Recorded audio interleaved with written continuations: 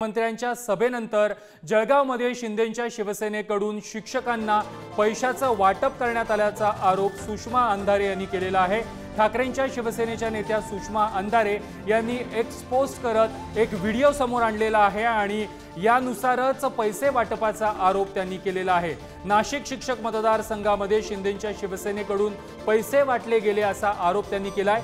शिक्षक, कर्मचारी, मुख्याध्यापक आणि संस्थाचालक यांना हे पैसे वाटले गेलेत असा आरोप सुषमा अंधारे यांनी केलेला आहे।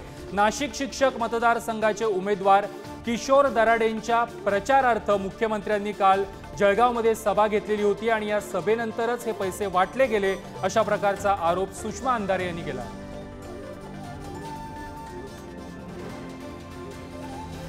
काल मुख्यमंत्री एकनाथ शिंदे यांनी जळगावमध्ये सभा घेतलेली होती आणि मुख्यमंत्र्यांच्या सभेनंतर जळगावमध्ये शिंदेंच्या शिवसेनेने शिक्षकांना पैसे वाटल्याचा आरोप सुषमा अंधारे यांनी केला।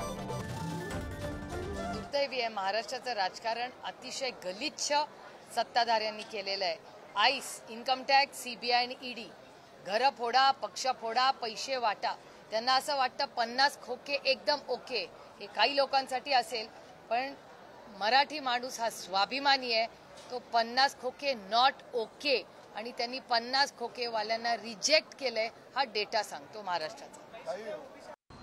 सुषमा अंधारे याने एक व्हिडिओ सुद्धा त्या संदर्भात ट्विट केला। तुम्ही या थरापर्यंत खाली पडू नका। तुम्ही कालच्या लोकसभा निवडणुकीत या नाशिकमध्येच हेलिकॉप्टरमधून 20 कोटी रुपये कसे उतरवलेत हे सगळ्यात जगाने पाहिलं आहे आणि ते सुद्धा पैशाच्या बागा तुमचे अंगरक्षक कसे पेलवत होते। पण कृपा करून पदवीधर शिक्षक हा जो वर्ग आहे त्यांना तुम्ही अशा पद्धतीनं बाजारात उभं करू नका। करू द्या ना। सगळ्यात आधी निवडणूक आयोगावर कारवाई केली पाहिजे पक्षपाती पद्धतीनं काम केल्याबद्दल।